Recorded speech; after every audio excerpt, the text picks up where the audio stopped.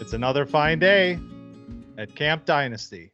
I am Counselor Austin, joined by Counselor Collin, and I happily inform all of you that it is officially draft season. We're here, Collin. It's Senior Bowl week. But draft season never really it's kind of always is at Camp Dynasty, draft season. But for most people, this is when you start to tune in. This is when you start to pay attention a little bit. This is when the clips start hitting the timeline of all your favorite prospects. I mean, the Senior Bowl is the official mark, like you said, of draft season when it starts.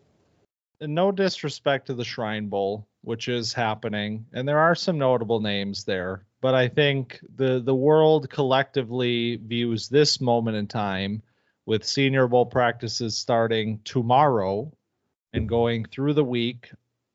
This is the time where, like you said, now everybody's getting involved. Everybody's got takes. Anybody, we've been watching film for like 8 months. Some guys have just started. Thank God rankings is over, by the way. It's just take a breath. Yeah, what a grind. And the grind doesn't stop. We're watching these Senior Bowl guys too, keeping it going. But I feel like, I have a lot of grades already, especially wide receivers and running backs so far. And I mean, I keep liking players that I'm watching. So we're going to talk about a few of those today. Of course, what we are doing. Last year, we drafted teams, like positional teams off of the Senior Bowl rosters as a way to look ahead to who some of the best players there might be. This year, let's take the positional requirements completely out of the picture. And we're just going to draft 8 players each. And we are going to select players based off of who we think is most likely to, quote unquote, win the week. We know there are always winners. There are sometimes losers. Senior Bowl is the first chance for stocks to climb and fall during the draft process. So we are going to predict who we think the winners might be draft style. And personally, this will fall under a couple categories. It's players that maybe once had very high draft stock, potentially coming into this year, that had up and down years and have something to prove, or guys that are a little bit under the radar that if they have a big day at the Senior Bowl or a big week at the Senior Bowl can kind of bring themselves into this national spotlight. And then guys from smaller schools that need to prove themselves against the best competition. And those are different ways you can win the week. It's not just like, oh, this guy is good. Like he got open on a couple routes in one-on-ones. So I think that there's a lot of ways you can look at this, but that's kind of how I'm approaching it. Yeah, that's a good point. There's a lot of different ways to win the week. And I think for me too, it's not just drafting players in the order that I have them ranked either. Like this is not just a, big board update featuring the Senior Bowl roster. This is kind of getting outside the boundaries a few times with guys that we think are, have the most to gain from this week. And we think that they can gain that this week. Before we jump into it though, I do want to talk about something because I can't help but feel like, it's a great day to be an armchair analyst because of what's going on in the world. And so, I just want to see if you have any opinion to share about the what I am affectionately referring to as Solakgate. Yeah, Solakgate. It's pretty funny. If you're unfamiliar, you can look up Ben Solak on Twitter. But if you are familiar, Ben Solak tweeted out the dots of the play where Josh Allen threw the incompletion on 4th down to Kincaid. And he's like, you got to throw the orbit screen to Khalil Shakir. Like they've run it before against the Chiefs. Like this has to be the read for him. And it gets to the 1st down. And then he just gets, dunked on by all sorts of former players, including but not limited to Ryan Fitzpatrick and Ryan Leaf and Mitchell Schwartz. Jeff It's like Schwartz, yeah. it's a brutal day to be. And like the thing about Solak is he's usually a film guy and he's sharing like the data dots, and people are like, dude, football is not played on dots. Like these are real players. And I think he's heat of the moment. He's trying to get content out there. He said some stupid things. He phrased it a dumb way. It happens, man. We all have bad takes. That was a bad take. I don't think we need to, like Ryan Leaf said, we need to like put a boot in his ass or something like that. Like let's take it easy. We don't need to share his address. We don't need to do any of this stuff. It happens, man. I'll have bad takes. Oh well, it's just I don't work at ESPN, so. No, you've never made a mistake before or said something dumb before, right? Like that's only Solak. That's why we can go in on him like that. Yeah, sure. I think the biggest issue people had was that he like defended it. Yeah. And was he wrong? Yeah, but yes. Like, come on, just take it easy.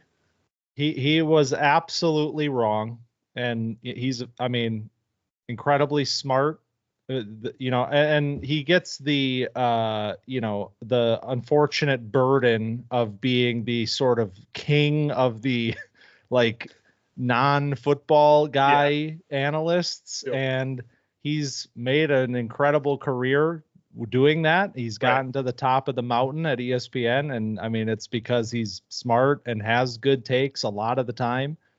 This was not one of those times. It was pretty obviously a bad take, but like you said, do we need to, threaten to hunt him down and like dox him for saying something dumb? Like, it's just that, we could sit here for 40 minutes and I can tell you why this is all just a product of social media, like ruining our lives by making us all like violent, and it's like everybody has to sprint to the timeline to try to dunk on him and get 12 likes from bot accounts. It's just but all right, I felt like that needed to be said, especially given the fact that we're about to fire off some takes here, so hopefully none as egregious as that one, but no dots allowed. Yeah, please. So with that said, let's jump into it. 8 players each, 16 picks total, and I will decide right now. You know what? I was going to pull up the random, the computer flipper, but I know you don't like it, and I do have my commemorative J.J. Watt medallion here, nice. So I'm going to flip that. You played at the Senior Bowl once upon a time. I don't know if that's true. I don't know. I don't actually know either. It seems like something that would be correct. I don't actually know which side I meant to be heads or tails. So yeah, maybe we should do that again. Okay, the jersey is tails. The name is heads. Okay. And it's heads. So I will get the first overall selection in this draft. This is going to be one of the times in which my grade of the player is going to match the selection. I am taking my highest graded player at the Senior Bowl, and that is Cam Skattebo. Because when we did our running backs episode, Skattebo did not have all 22 film at the source that we use, which is the Dynasty Nerds film room. Since that point, it has been added along with many other players. So I finally got to watch the People's RB1. Everybody loves Skattebo. Yeah. And I love him too. It's very real. He is, all of the highlights that we saw throughout the year, the big plays. It's really kind of indicative of just who he is as a runner. Incredibly tough.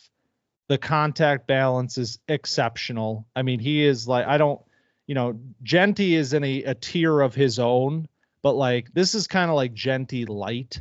If you're looking for that sort of a skill set, where, he's not going to be as explosive as Genty. The feet are, nowhere near as quick as Genty's, but a player that will consistently break the first tackle and the second tackle and juke a guy at the second level. Does not have the speed to finish runs. He absolutely does not have long speed or, extreme athleticism, but he does have great burst, great lateral ability to bounce runs, to accelerate through gaps and get himself to the second level to use those aforementioned contact balance and elusiveness skills that he has. So I came away very, very impressed. Skattebo right now is at I'm pulling it up, RB5 right now in the class. So I'm very excited to see how he does in Mobile. So what do you expect to see out of him at Mobile, and what can he do for you there? Why is he going to be a riser? I think he can cement that. I don't know where the general population is on him right now. I keep myself kind of intentionally in the dark as much as I can. So I don't know if RB5 for Skattebo is chalk at this point, or if that's a really high rating. And given the nature of this running back class, I wouldn't be surprised if that's on the higher side of the spectrum, because there are so many good names in that range. But for me, I think he can look like the best player there. I think if he gets there and shows he is a notch above some of these other running backs, because the running back pool this year at the Senior Bowl is good, but not great. It's not, the best backs aren't there except for Skattebo and maybe a handful of other guys that I would have a little bit lower than him right now. So I'm looking for him to just come out and look like the best player there and really solidify that. Yeah, I like Skattebo. He's my RB7 right now. And I mean, that's just mostly due to a loaded running back class like we've been talking about. We talked about on RB rankings, we're hey, let's wait on Skattebo because we don't have tape of him yet. Now we do, and he does look good, like you said. I mean, I won't reiterate everything you just said because you kind of covered it all, but I do want to see Skattebo. I feel like he's more so a game runner than all of the bells and whistles that they do on practice day that you'll see on the clips where it'll be, oh, this guy got, routed up, juked out of his shoes, whatever. I feel like Skattebo will be the guy that's doing the dirty work on game day for the Senior Bowl. So, yeah, I'm definitely interested to see him. I don't know how much he has to prove in Mobile, but he can definitely. I don't think he's going to lower his draft stock at all with how polished of a player he is. Yeah, I mean, it's also a good point to say running backs are not the position that stand a ton to gain here, because the setup is not designed for them to show their best stuff, because it's non-contact and all of that. So yeah, wide receivers usually are set up a little bit more for the quote unquote rising, but I'm just taking my best player right now. Absolutely. And with your first pick. Yeah, my first pick is also not a wide receiver. I'm going to go with Jalen Milroe.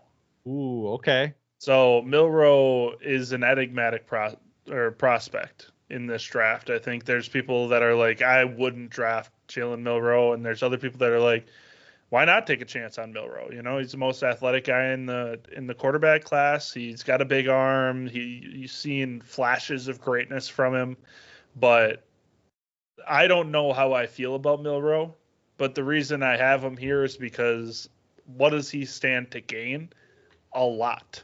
There's a chance where a GM comes to the Senior Bowl thinking, man, we need a quarterback. And there's a lot of teams out there that need a quarterback. And Jalen Milroe just has one of those days like he had against Georgia where you and I were convinced, okay, Milroe's here. Hey, he has, a 3-day stretch like that and just turns it, can turn the dial all the way up to 10 on the hype for Jalen Milroe. He's going to, have some of those throws that get, posted and retweeted because of how big his arm is. He's going to oh yeah, Jalen Milroe threw it 80 yards or whatever. Like there's going to be those things, and then there's the athleticism that he puts on top of it. So Jalen Milroe, I think, is going to have a couple viral clips that have people rethinking takes that they might have set in stone already about him, because I think that this is a player that has a very wide range of outcomes, and that's on the high end too. I mean, Milroe could still be a good player, even though you and I are a little skeptical. And I think there's a lot of people that are a little skeptical, and the Senior Bowl is a good place to maybe put a little bit of that skepticism to the test. Yeah, this is a great pick, and I really hope that he does do that. I really hope that he owns this week and comes out, and especially considering the fact that this is a neutral environment. Like he's coming in just like every year. The quarterbacks, like you're throwing the guys you don't know. Like it's the best guys can stand out in a big way when you're able to put some really good, stuff on the practice field in an environment like that. It can do wonders. And I'm really hoping to see that from Milroe, because like you said, we are skeptical, and I feel like I have always tried to give him the benefit of the doubt. I had him, ranked highly coming into the season. I was ready to king him QB1 after that Georgia game. Like you said, his performance down the stretch was just not good enough, and it raises way too many red flags for me to, talk about him in that manner. But let's see, his draft process starting from right now all the way through the combine and leading up to the draft. Let's see him start hot and really capitalize on the momentum leading up to the draft, because I think he still can be a first-round quarterback in this class. Especially in a quarterback class like this, where Shedeur and Cam Ward both have plenty of flaws. And it could be a huge rise for Milroe if he, good performance here, good at pro days, and he's going to crush the combine. So you have the ingredients to, the potion to make Jalen Milroe a really good quarterback, a really good prospect. But can we turn that into, can we mix it right and not have it overflow and start the lab on fire? We'll see. That was a hell of an analogy. I like that a lot. Thanks. All right.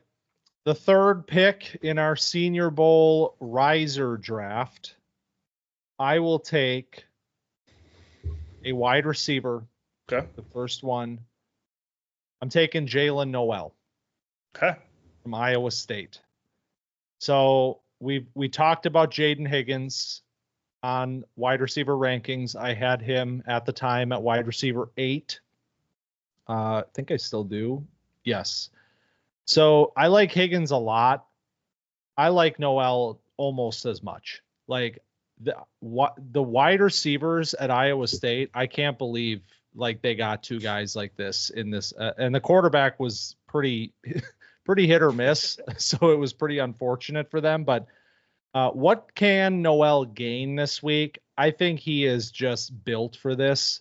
So sudden, so fast. I mean, he's going to put some ridiculous reps up in the one-on-ones, which is what it's all about. Get your social media clip out there.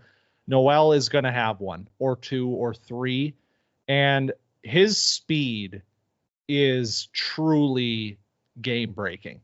Like, this is the sort of player that when you put him on and you see him, from release to stacking the corner to taking the top off the safeties, it's like, this is just different than most of the players in this class. He is an elite field stretcher, like elite. This is an elite player at his craft. Now, I would like to see him develop a little bit more of a well-rounded skill set around that. And I'm hoping that we get to see a little bit of that here in Mobile, because you do get some routes from him on film at Iowa State, but the tree is not super varied. And you're definitely, the price of admission here is his deep ball, is the vertical routes that he runs and the posts that he runs. But I would like to see a little bit more to really kind of put the stamp on him as a player that I think could be a second round pick in the NFL. Yeah, I like that a lot. Noel is one of those guys. We talk about Last year we mentioned Ladd being the quick twitch separator that he was, going to be a guy that could be a Senior Bowl sensation. And Jaylen Noel is the similar type of player where he has the quick twitch agility, and then he also bursts out of it. So like you said, we're going to get a clip of some DB unfortunately getting embarrassed. I say this every year. I'm sorry, DBs, that you have to do these drills because it's so brutal to see these guys have to cover one-on-one the entire field when that's not how the cornerback position has ever been played in like the history of the team sport. So Jaylen Noel, though, is set up to win those reps and win those routes. And he definitely is a guy that is probably a little bit under the radar. I mean, he did have 1,200 yards and 8 touchdowns last year, but it was at Iowa State, and like not a ton of people were paying a lot of attention. And I think both of these wide receivers have a lot to gain. So I'm just going to go into my next one, if that's fine. Go for it. Jayden Higgins, because I think we're going to be like, man, that big guy can move, because that's the takeaway that I have about Jayden Higgins every time I watch him. He also was at Iowa State, had just about the same stat line as Jaylen Noel, about 1,200 yards, 9 touchdowns. And we kind of talked about him. He's 6'4", 215, as this big guy that is a little more explosive than you think, a little better route runner than you think, and he's also physically gifted.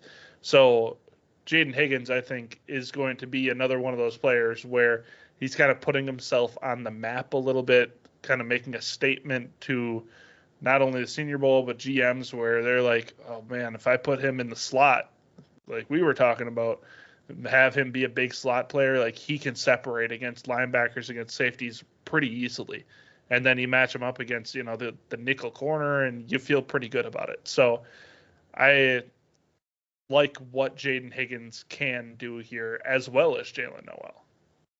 Yeah, I totally agree. I think both guys stand to gain quite a bit. I think Higgins, what I'm looking to see from him this week is how does he do in the vertical situations? Like, Can he win there? Because I am kind of skeptical that he can translate to that more X role that he was playing primarily at Iowa State in the NFL. I'm much more interested by the 29% of the time he was in the slot. And I think that number should go up at the NFL level. And I'm curious to see kind of what his routes look like overall. Like, how is he performing on the short stuff versus the more, the deep stuff here? And does that sort of match up with what I'm thinking in terms of his NFL projection? And if it does, then you feel a lot better about an NFL team also kind of talking themselves into that as well, because this is a player that I think has a wider range of outcomes at the NFL that depend on how he is deployed. So I'm very excited, though, to see Higgins. I like him a lot. He's wide receiver 8 for me, and Noel is wide receiver 9. So these are two guys that I like quite a bit in this class. I always say it showing up. Fuck yeah, man. Cyclones. All right, so should I keep the wide receivers coming? Don't have to. I don't think so. I think I'm going to go with a tight end. I'm going to go with Elijah Arroyo. Arroyo was a player that got mentioned in the honorable mentions of our tight end rankings. He is my tight end 6 as of right now, and he won the week already, as far as I'm concerned, because he came in at over 250 pounds. He weighed in at I don't have this updated. I think it was 251. He was listed at 245 at Miami, and I was like, those 6 pounds matter. They do, because I thought he was smaller. Right. He's listed at 245. I thought he was 240. Like, he looked small out there. And the big notable trait of Arroyo's is the speed. So to see that he, and obviously, could he have added a few pounds leading up to the event? Of course. But I'm going to just take it right now to say he was at least playing at 245. He was not smaller than he was listed, and he was still able to move like that. So already a win in my books to see the weight come in right where you kind of want it for him. Now is where the fun starts, though, because if the athleticism translates on the practice field, he will absolutely put up some ridiculous, clips this week. And I think he stands a lot to gain just because of how purely athletic he is. A team can easily see this and be like, a couple of years and we might have something really special with Arroyo. Yeah, I definitely agree that weighing in at 250 is a big deal. And like, guys can artificially inflate themselves for these kind of things, but this isn't like the combine. You look at the combine and you think back to like Bryce Young. Can he get over 200 pounds and he weighs in at like 205? And everybody's like, I actually don't care because he probably just drank a shitload of water before he weighed in. But Arroyo is going into practice and play. Like, this is the weight that he is. So that's the difference here, where it's like, does this 6 pounds matter? It doesn't matter if he's 245, 250.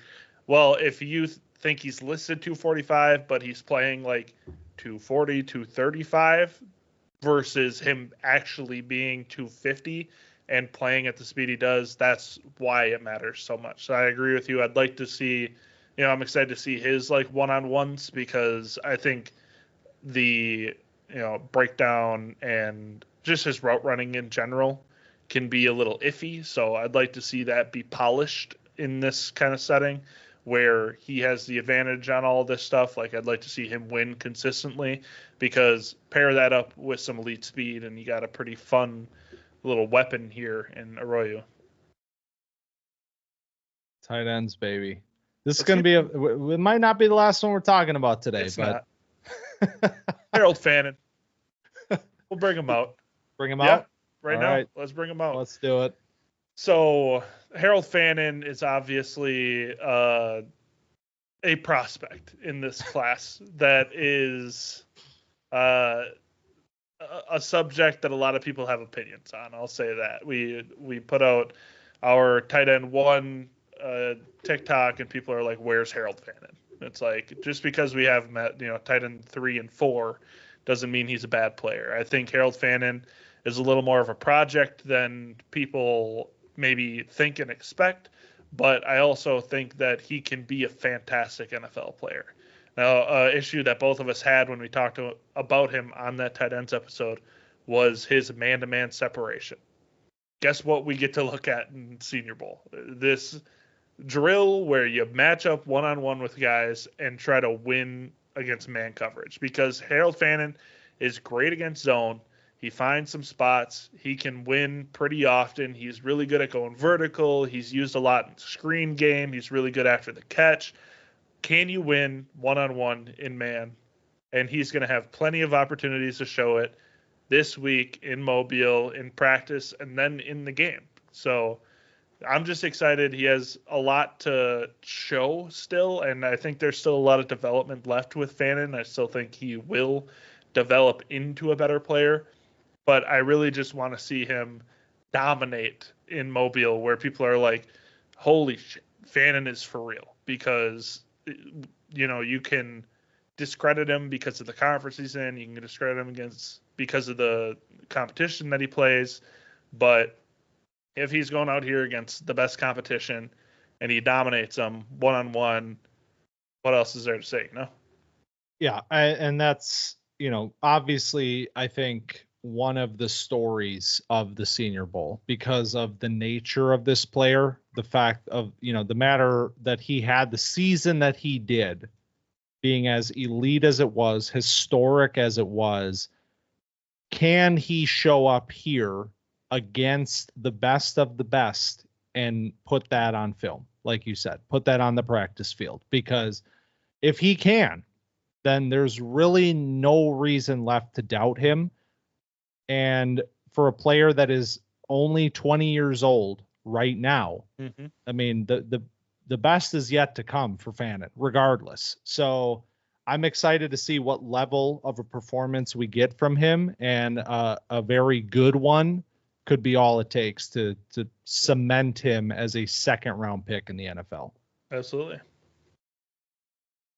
All right, so I'm going to go back to wide receiver, I think. There's two of them that I'm looking at. I think I'm going to take Savion Williams from TCU because I think he stands more to gain than the other player I'm thinking about. Williams is very complicated. Let's put it that way.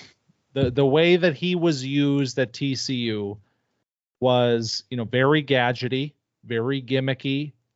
Honestly, his best stuff came later in the season when they just started getting the ball in his hands, like direct snaps, kind of like Tyler Warren in a way. Like they were just getting the ball into his hands. And this is a 6'5" player that is bouncing runs outside and showing explosiveness and acceleration and burst and making big plays with his feet.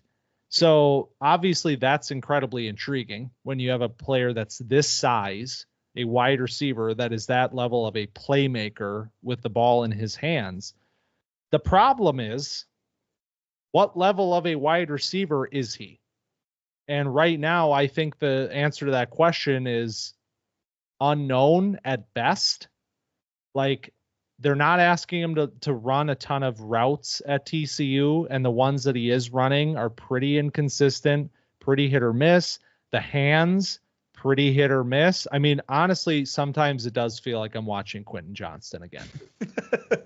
Like, he's dropping a wide open post with like no defender within 10 yards of him, just right off his hands. And then the very next play, it's like a reverse where he's like turning it upfield at 100 miles an hour and getting 20 yards in the blink of an eye. It's like his skill set is much better with the ball in his hands than it is as a receiver, which is exactly how I felt about Quentin Johnston.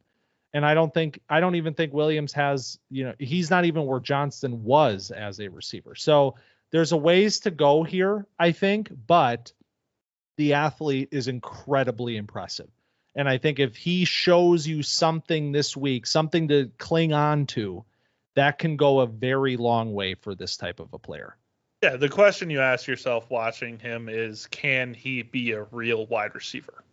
I think that's like the gist of it. Yep. Is he going to be a guy in the NFL that can use the frame to deliver performance? And at TCU, it didn't really look like that. And the athleticism there was there, but like the technicalities weren't. So that's why, like you said, you saw down the stretch, just get him the rock and see what he can do with it. Put him in the backfield, give him direct snaps, put him in motion, get him screens, whatever. Find a way to let him do his thing. And yeah, this will be a good stage for him to show whether or not he has the juice to deliver. And because we haven't talked about him too, just like a little bit of a background on him. Career best 611 yards receiving this year. And that's literally like in line with Quentin Johnston. Like we did not get to see Johnston have that big breakout season. But this year, 611, 6 touchdowns. He did add for 322 yards on the ground. And almost all of those came after the midway point of the season where they were just like, we're done. Like this quarterback stinks. We're going to snap the ball to Williams and let him go. And it was working. So I've heard like Cordarrelle Patterson as a name that's been thrown out for Williams. And that's interesting. Like I'm thinking of literally the way Cordarrelle is used in the NFL, where he did become almost more of a running back despite his size. I wonder if that's in the cards for Williams at the very least, but this will be, like we said, a very, important moment for him in terms of where does he end up going in the NFL draft. All right. So next up, I am deciding between a couple players. And so what I'm going to ask you, I don't know if you know the answer to this question, but do Do you know if NFL teams have access to talk to players directly at the Senior Bowl? Like, can they interview a player? Yeah. Yeah. The guys on the field, I mean, they'll just be like chit chatting and like Okay. I don't think it's like a formal interview process like the combine, Right. but they're certainly talking to the guys. Okay. Because Ollie Gordon is my next one. And I think it has a lot to do with that. Because Ollie Gordon obviously was like one of the best running backs in the nation last season, I guess 2 seasons ago now. And this season, I don't know, however you want to think about it. He only, compiled 854 yards, 12 touchdowns. He fumbled twice, which was the same as in 2023.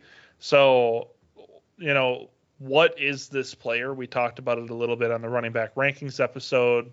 We talked about why he might have lost 900 yards of production, like where that went. And we also talked about the red flags that Ollie Gordon has associated with him based on this past offseason. And like that can be cleared up a little bit. If a guy can talk to him, I feel like they can also talk themselves into him because of the talent that he has, because of the size that he has, because of the production that he has. I mean, we talk about breakout at certain ages, and like he really broke out at 19, 20 years old last year. So this is a player that has a ton of talent and has a checkered history personally, but a great history in football and a little bit of a shaky year. Can he prove that he can do all the things a GM wants them to do on the field, but also off the field? Can we like chat with them and be like, hey, what's going on with you? Where's your head at? Once you get into an NFL building, what's that going to look like? Can you button it up is basically where I would go if I was a GM there. Yeah. I mean, this is certainly one of the players that the draft process will be huge for. Like some guys, it's like, whatever, I'm going to show up to the combine. I'm going to do my thing. It doesn't really matter. A guy like Gordon, it's going to matter a lot. And it all starts right now. How does he look this week? And then when we get there, how does he perform at the combine? Because those two things can swing this player, I think, quite a bit, just given the nature of how his career unfolded at Oklahoma State.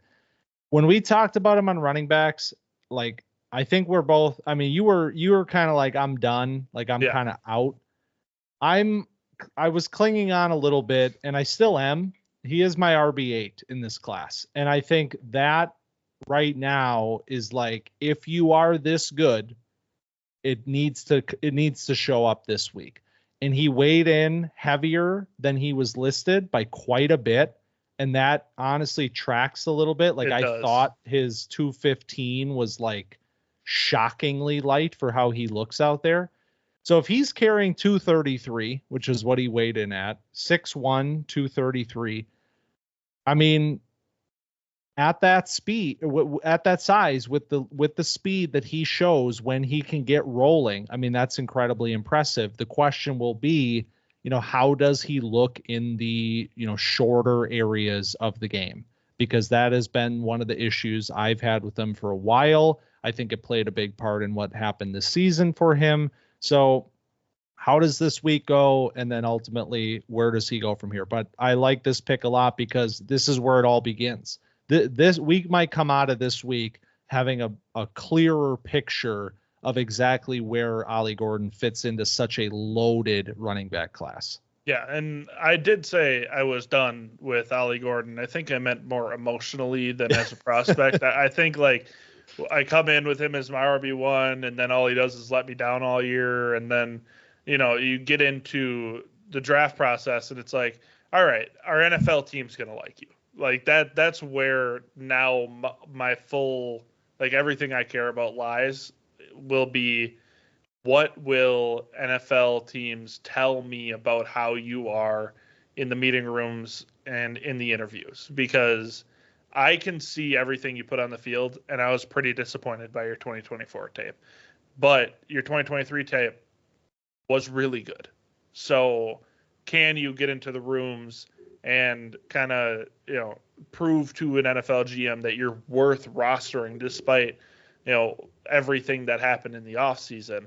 And then that can inform me later on. Because right now I'm just like, you seem like you're too much of a burden to like take the chance on, especially in a class where there's so many guys that seem to have so little issues. Then we'll see. So that's what I mean by I'm done. Like, I don't think he's a bad player, but I don't know if a team is willing to take the chance on a guy like this.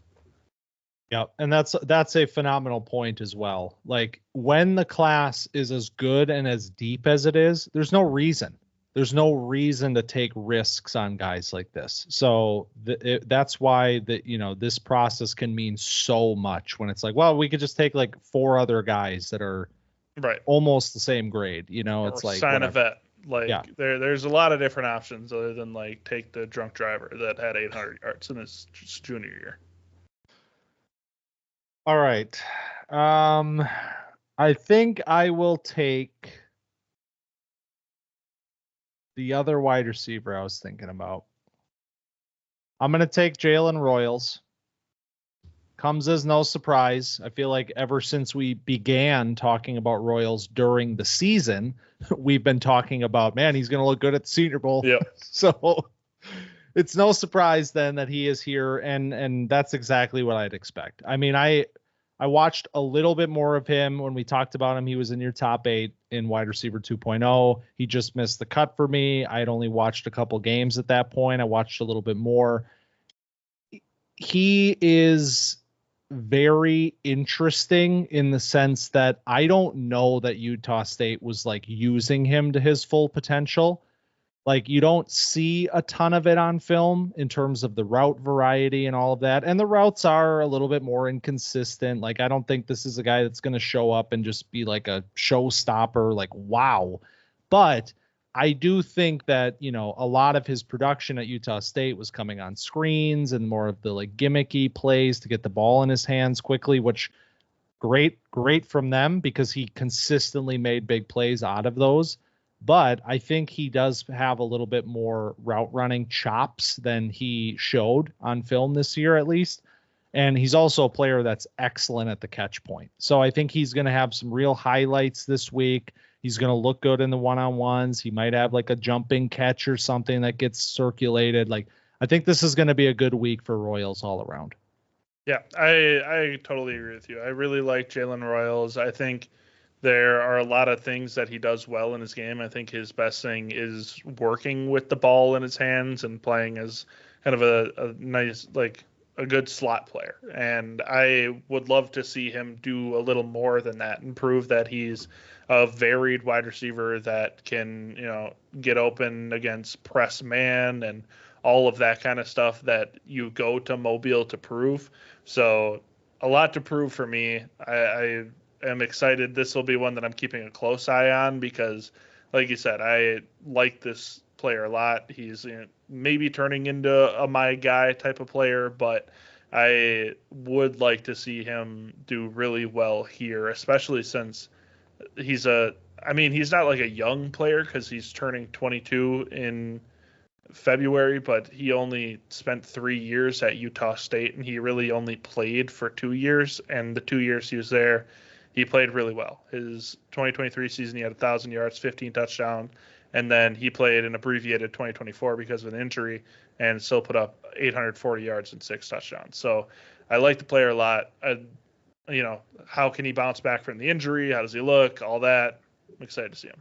Consistently put the name Jayden Reed out there when we talk about Royals. And it's funny because I did look back at my 2023 draft rankings and I have the same grade on Reed and Royals. So we know what Reed has turned into at the NFL. That's why it feels a little gross to make that sort of a comp right now, but I don't hate it. So I'm just going to throw that out there.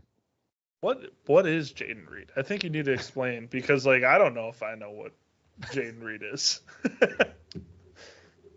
It's a great question. Yeah. Do I know what Jalen Royals is? I don't know that I do either. They're players that have skill, catch point ability. I mean, you see both of them stretch the field, go up, win the ball.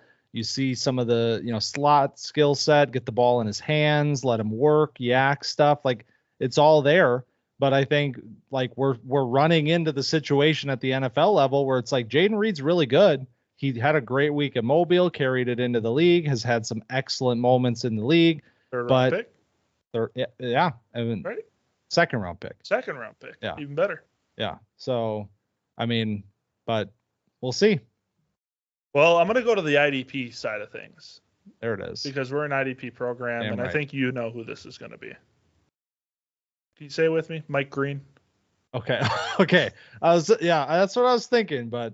So Mike Green, we talked about last week on our IDP rankings episode, and I won't fully break him down since we just did that. If you want to check it out, there's timestamps on that episode, but this is a player that was absolutely dominant on a Marshall team, and that's the kind of asterisk that we put on a player like this, is that he's a small school guy that was dominating other small schools. You look at this and it's like Stony Brook and App State and Georgia Southern, like whatever, but he was like a freak of nature. And the moves that he puts on, we both described as like a really deep bag with many moves. He has like 5'6", he has moves, counter moves.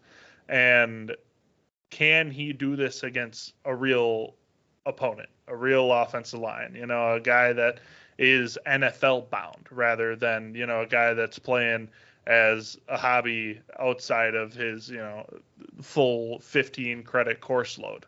I don't know, but I think he can. I think that he can be the guy where it's like, man, maybe plant your flag on Mike Green because this guy is going to be a star in the NFL. And we just saw Daniel Jeremiah dropped his first NFL mock, and Mike Green was mock 28 or something like that. Like, this is not a name that is new to the draft community, but I think it's going to be a name that's new to a lot of people, and the proof that he's going to be able to put out in drills and one-on-ones and in the game where he'll be able to win in a dominant fashion, where he's going to make guys look stupid that are going to be going into the NFL, is the reason why he'll be a winner. Get ready to learn Mike Green, baby. That's where we are. I mean, so he's already had an interesting start to the week because he weighed in, I believe, at 251, which was a huge win for him. Mm-hmm. The arms were sub 33 inches though. So he's got the weight that you're kind of looking for. I mean, again, we had this conversation, like 250 is technically kind of on the lighter side, but like we know how this has gone. Yeah. The sub 33 inch arms are kind of a bigger deal. It doesn't seem to matter for him, on film, but again, he is playing against Sun Belt level competition in most cases, and those tackles certainly aren't in the 6'7", 34, 35 inch arm guys that he's going to be going up against at the NFL level. That is precisely why this is the first, real test for him, because this tackle group at the Senior Bowl is very impressive. There are some real guys here, first round caliber tackles that are showing up here.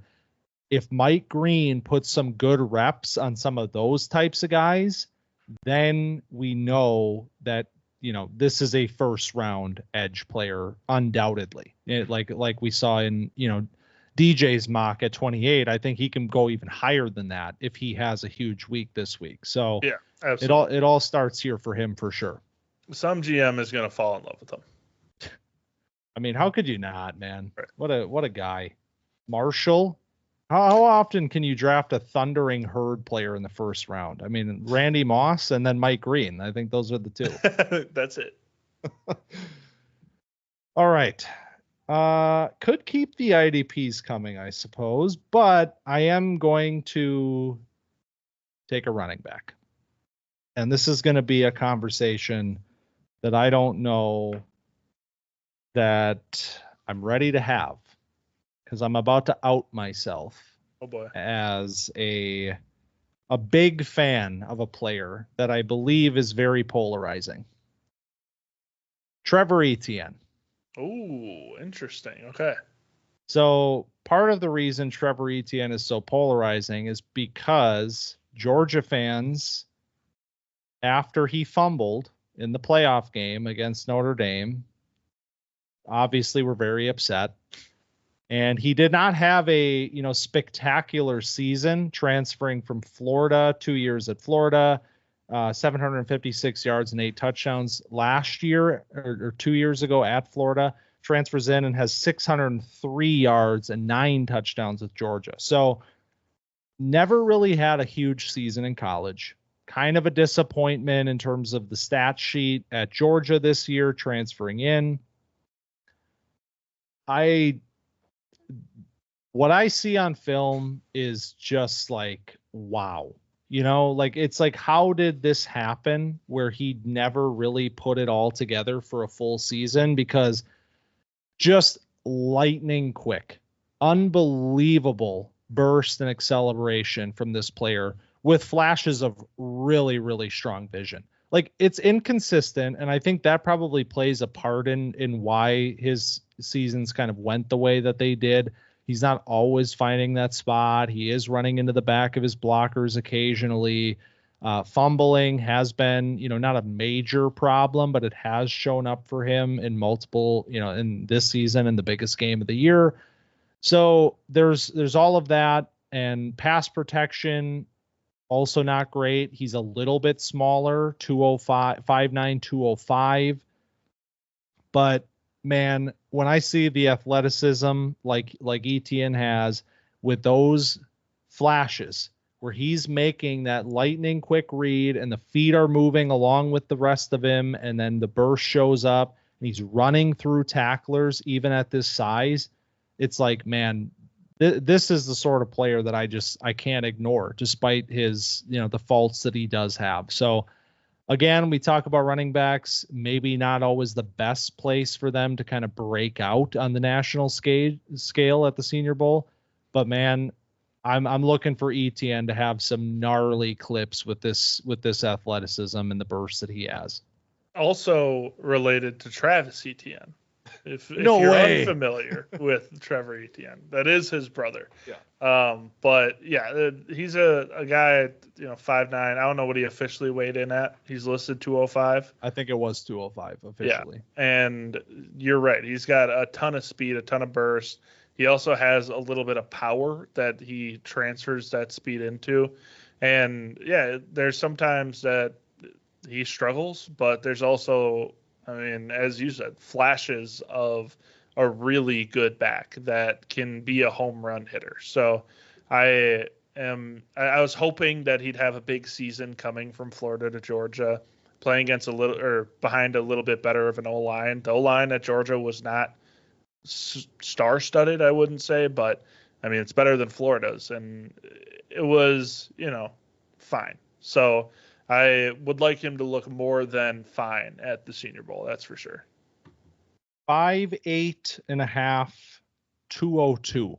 That's what he came in as. So about the same as what 5'9", 205. Pretty similar. Yep. All right, let's stay in the SEC. Let's go Mason Taylor, tight end, LSU. Hey, speaking of famous relations, did not know this was Jason Taylor's son, by the way. Found that out. So that's pretty neat. I thought you were going to say Lawrence Taylor. That would be interesting. They don't look alike. That's why it's funny. All right, people. So Mason Taylor, tight end, LSU. He is somebody that we both liked a lot on the tight ends episode. We were like, oh man, he's behind all these great LSU wide receivers that we scouted in the past few years. That's why he isn't getting targets.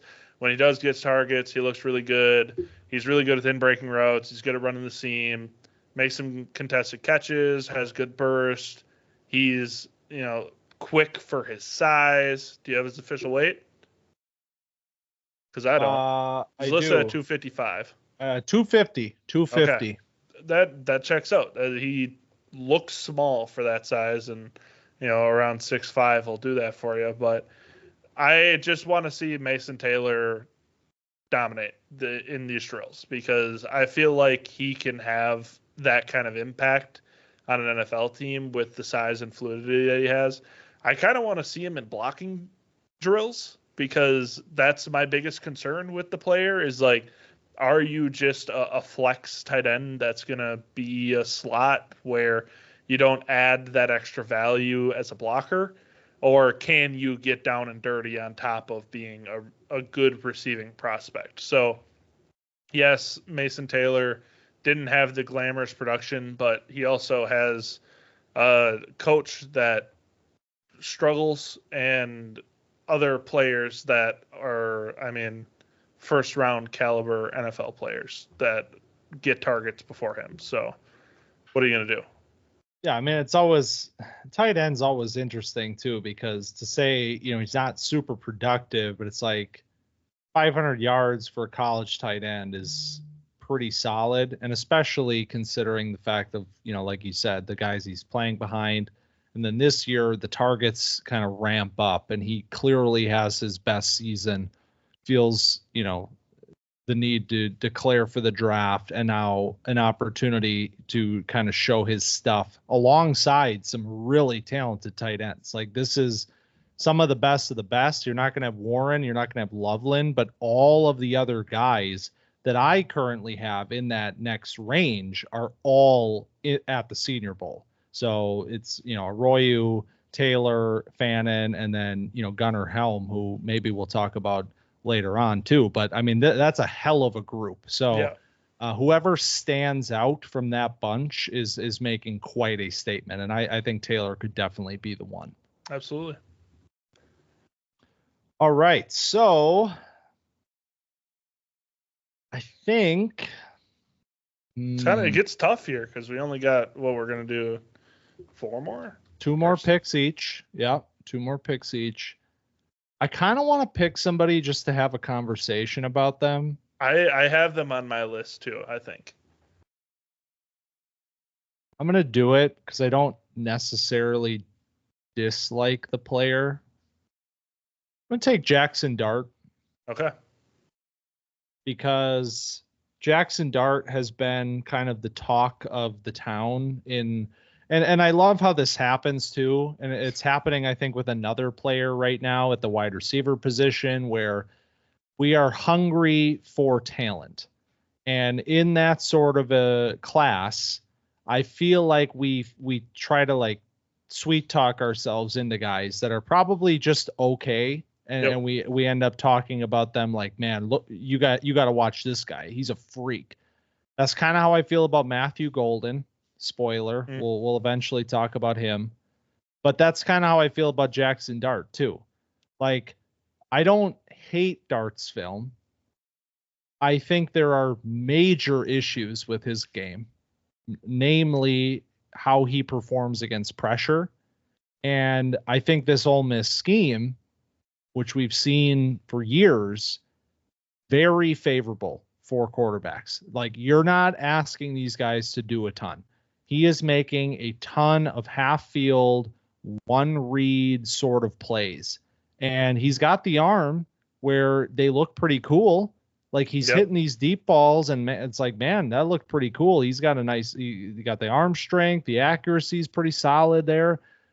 But you put him on against Georgia, where they are getting pressure consistently against him, and it is like watching a completely different player. The accuracy is all over the place. He is kind of a mess. He's jumpy. The second there's any sort of penetration, he's got wheels. He's got legitimate wheels. If he can get outside of the pocket and get into the open field, he can make plays with his legs. Absolutely. But I'm looking for Dart to kind of take the reins this week. We have Milroe here, and that's obviously the big one. Outside of that, there's kind of an opportunity for him to maybe be like maybe the best, but certainly like a top 2 quarterback here this year. And I think if he can do that, we've seen this happen before where these guys kind of seize a little bit of momentum, looking pretty good, in this sort of an environment at the Senior Bowl at the quarterback position, where maybe, all those folks that are telling you, hey, look out, this is the sleeper quarterback of the draft. Maybe that starts to gain a little bit of traction, but I'm not there today. I think he is my quarterback 4 in this class, but that is not necessarily saying much. I really wanted to like Jaxson Dart a lot going into this year because you see, the production and you see, mid-season Heisman talk and all of that with Jaxson Dart.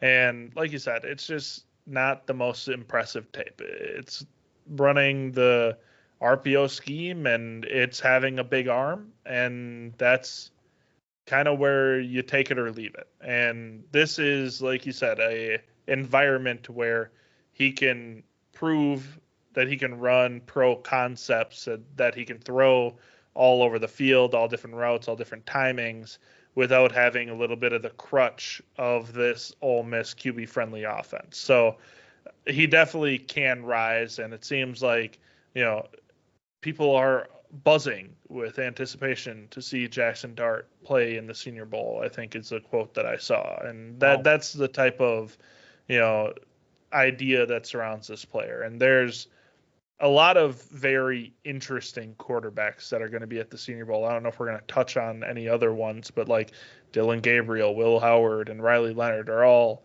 very, they all have highs and lows in this college season and on their tape that, like, Jaxson Dart fits right into that kind of category, maybe with a higher ceiling though. And Will Howard did pull out, by the way, with the championship run. Yeah, so fair enough. But did Riley Leonard? He did not. Oh. So competitor. he's showing up, competitor. So, all right, your second to last pick.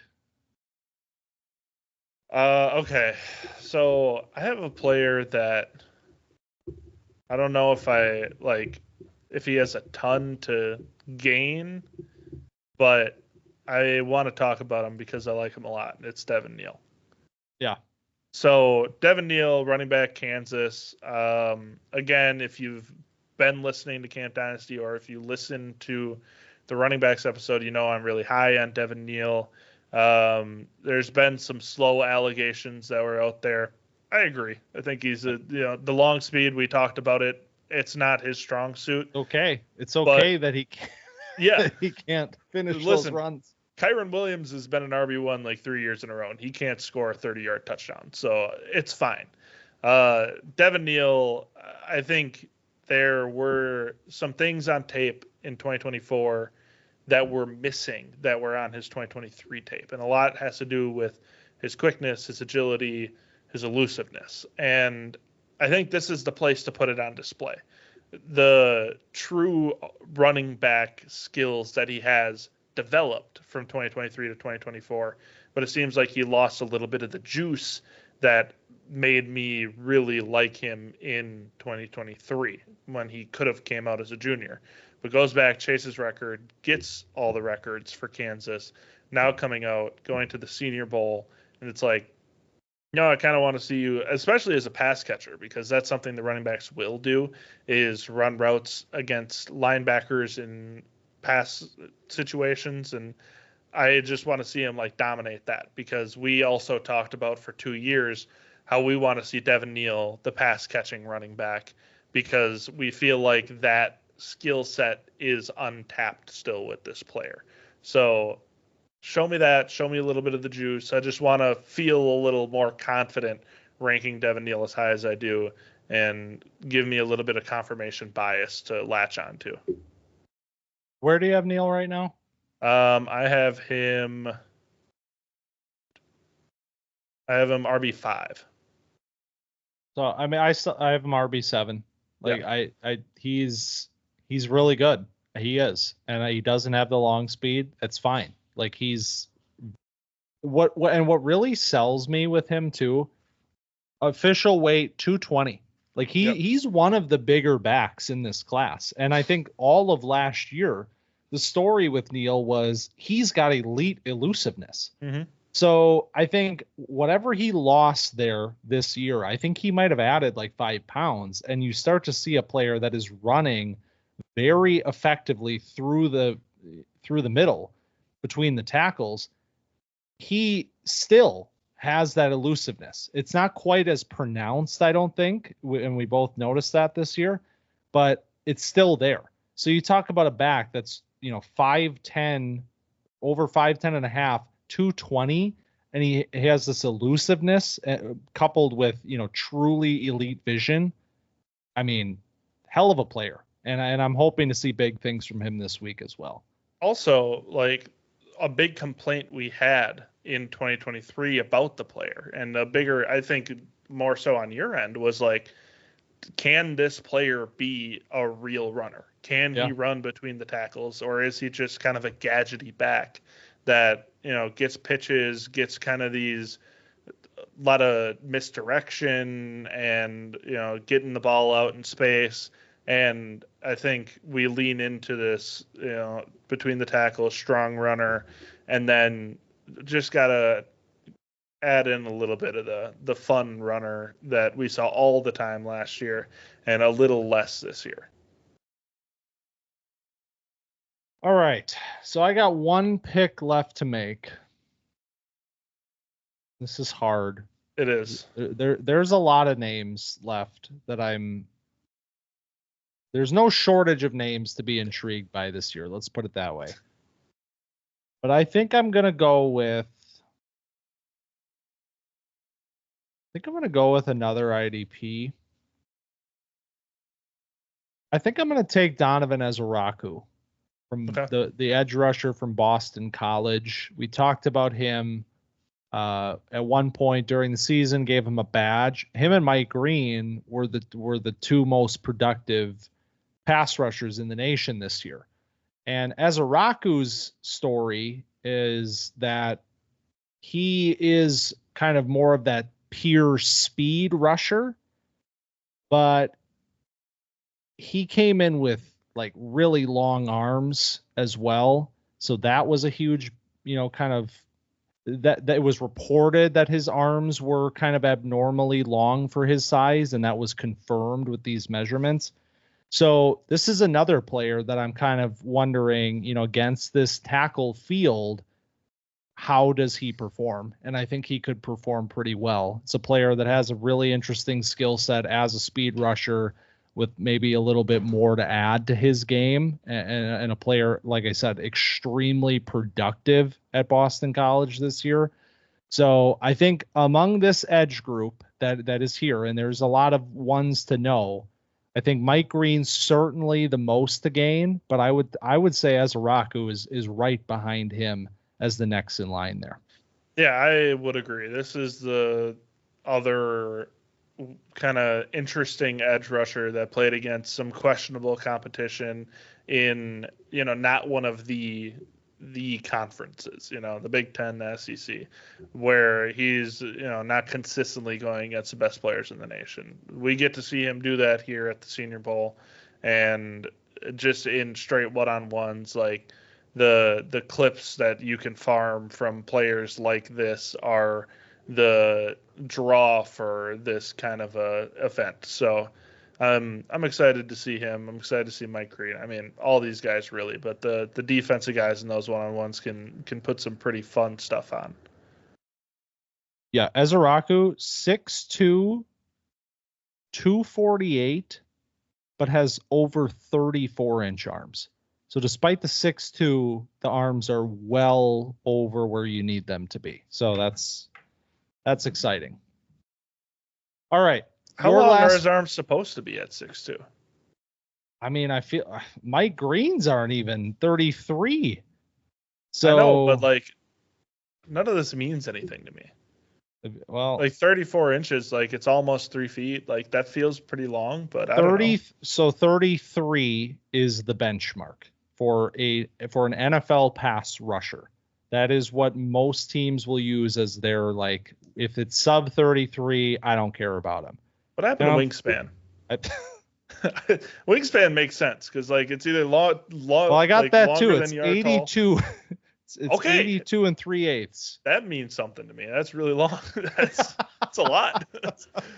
Arm length. I'm like, I don't know how long my arm is. Like, is it longer than my arm? I feel like I have pretty long arms. Get the tape measure out. Yeah. Let's All right, do our own Senior Bowl measurements. All right. I don't know if anybody wants that. I'd measure close to a tackle though. A guy that's going to be on the opposite end of that spectrum is Tez Johnson, who I'm taking with my last pick. You snuck him in. All right. I had to. So Tez Johnson, wide receiver, Oregon. What did he weigh in at? Unfortunately, 156. So that's what I wanted to talk about. So we remember back in the day, a Nathaniel Dell was playing at the Senior Bowl, Tank Dell, and we're like, I mean, he looks really good, but what is like, can he carve out a role in the NFL? And he was even 165, I believe. So yeah. 156 is concerningly small. Did he make the 5'10" mark for his height? Let me see if I have it. My official measurements aren't loading. That's why I keep asking you. Are you Tez? 5'9" and 2/8. Okay, so he's not even 5'10". He's 5'10" on Tinder, but 5'9" in real life. He's 156 pounds. So this is a very small player, but in an NFL that's moving away from, full contact, that is moving towards having good players in space, having, elite athletes in space. This is the kind of player that can work. And now really why I wanted to put Tez Johnson in is because of the attention that he's going to get, because this is the one-on-one drill guy. This is like, while there's other ones that'll also work, Jaylen Noel, we talked about, is a guy that will do the same. Similar idea with Tez Johnson is like, oh my God, Tez Johnson just did this to a guy. Now, the problem is like, hey, does Tez Johnson eat? That's like another question that will have to be addressed. And like GMs will be like, hey, can we have you take 4 protein shakes a day and get you up to like 170? And then maybe we have a different story. But Tez Johnson, clip farmer is what we're going to do. He's going to need it. He's going to need all the help he can get. Yeah. The 156 was pretty devastating. Like I had watched him. I watched a little bit more of him leading up to this week, and I was ready to, be on board here. Like he wasn't going to be super high for me in the grand scheme of it, but like at 160 or whatever he was listed at 165, I was like, okay, I can work with this. Like the speed is legit. I don't know that 156 works. Like, especially considering how much he struggles against physicality. Like it's very, very apparent that he cannot deal with it. And so I'm not sure what to believe anymore. 156 is a new one for me. Like I was like fading Tank Dell at 165, and like that ended up working out. So maybe this really is just a new era of NFL football, but this will be the ultimate test of where does he go in the draft? First of all, like where is a team comfortable taking a player of this size? And then ultimately, what does he end up doing? But I agree with you. I think size, out of the equation here, purely what are you doing on the field? I think this is going to be a good week for him. Obviously, the speed and the explosiveness is going to show up this week. So he's got fans. He's got fans playing at Oregon, a top program, 2 years of really, really high level play. So we'll see. We'll see what happens. But 156 is crazy. I saw it and I was just like, is that right? Like they must have flipped it around, right? Like it must have been a typo, like 165, right? Hope so. It hasn't been corrected yet. So But all right, well, that is 16 players that we think will win the Senior Bowl week.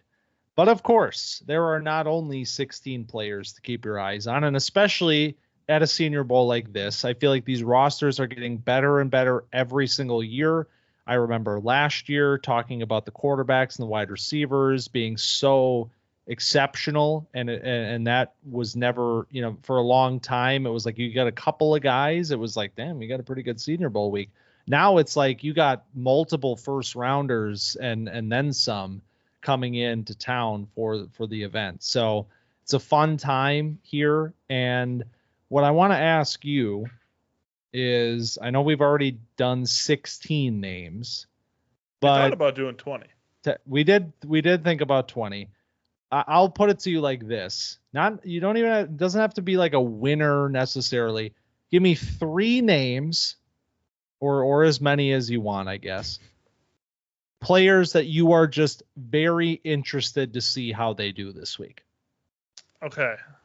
I have one that's it's kind of a bit, but also like what happened. Donovan Edwards. Yep. What the hell? So I'll be keeping an eye on him just to see, feel the pulse on what's going on with Donovan Edwards. Xavier Restrepo, we have talked about in passing throughout the season. He was Cam Ward's favorite target, and is he a product of volume or is he a real player? I'm not sure.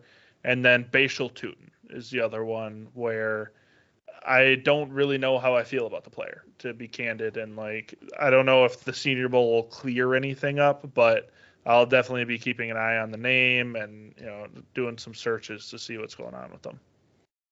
I just want to say, anybody who has uttered the words Lad McConkey in the same breath as Xavier Restrepo, please stop.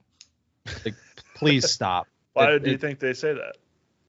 They're saying it because, he's a slot player that, has some nasty routes on film. Did you see that out and up he ran that one time? That was gnarly.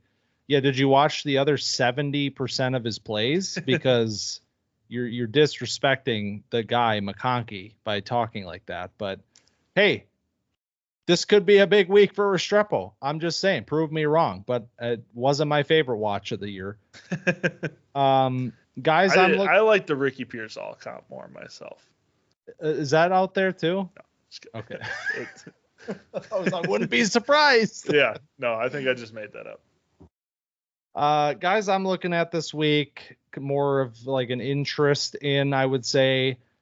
I talked a little bit I threw a little bit of shade at Io Manor when we did our wide receivers, but the more wide receivers I've watched in this class, I mean, Io Manor ended up kind of sitting in the middle of all of them. So he was the worst of the bunch that I had watched up until that point, but suddenly now he's kind of in this mid tier for me. So I am interested to see what he does this week. Mentioned very explosive at his size, just wasn't running a ton of routes at Stanford, wasn't loving a lot of the nuance from his game. Can he clean some of that up and put some good reps out this week? I think he might be able to.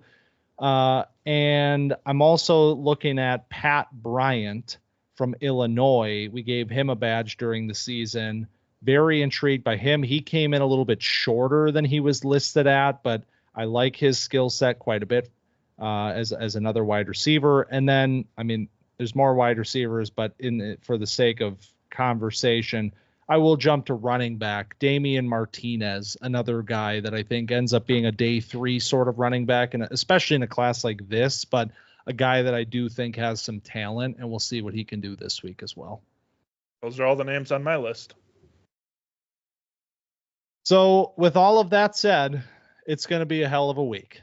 3 days of practice start tomorrow at 9:30 a.m., I believe. The national team will be out there bright and early. So this is where it all begins, man. This is where it begins. Get the timeline ready, refresh at will. The clips will be coming out before you know it. And then there'll be a little bit of a tingle when the first clip that hits the timeline. You'll really know that you've made it to draft season at that point. Yeah, that's magic when you just see, Jalen Noel broke his ankles. It's like, yeah, we made it, baby. I love Noel. That might be my first guy. Like Right. besides the top guys, like them, he was a fun watch. Hell, Scrappy. If you like guys that are tough nosed and like he's not willing to, or he's not afraid to like throw his weight around even as a smaller player, you're gonna like Noel a lot. But all right.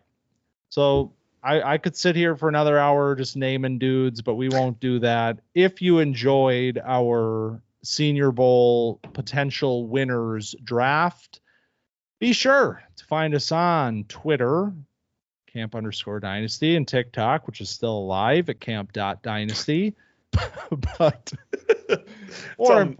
some kind of life support TikTok. I don't really know. It's in some like sort of purgatory where it really is. Is it alive? I don't really know. It's like a Schrodinger's cat thing. I deleted it off my phone. Now I can't get it back. So, well, more importantly, head over to YouTube, or if you are there already, hit subscribe, hit like. We very much appreciate that. And if you're on the pod feed, or if you're on YouTube, head over to the pod feed and give us a rating, a follow, share it if you want to do that. We appreciate that as well. That's right. Go Reese's. Go Jim Nagy. It's showtime, baby. The real winner of Senior Bowl week, Reese's. The only time where I'm like, man, I could go for a Reese's outside of like Easter. That's why they did it. That's why they did it. Thanks for stopping by Camp Dynasty this week, and we'll see you next week.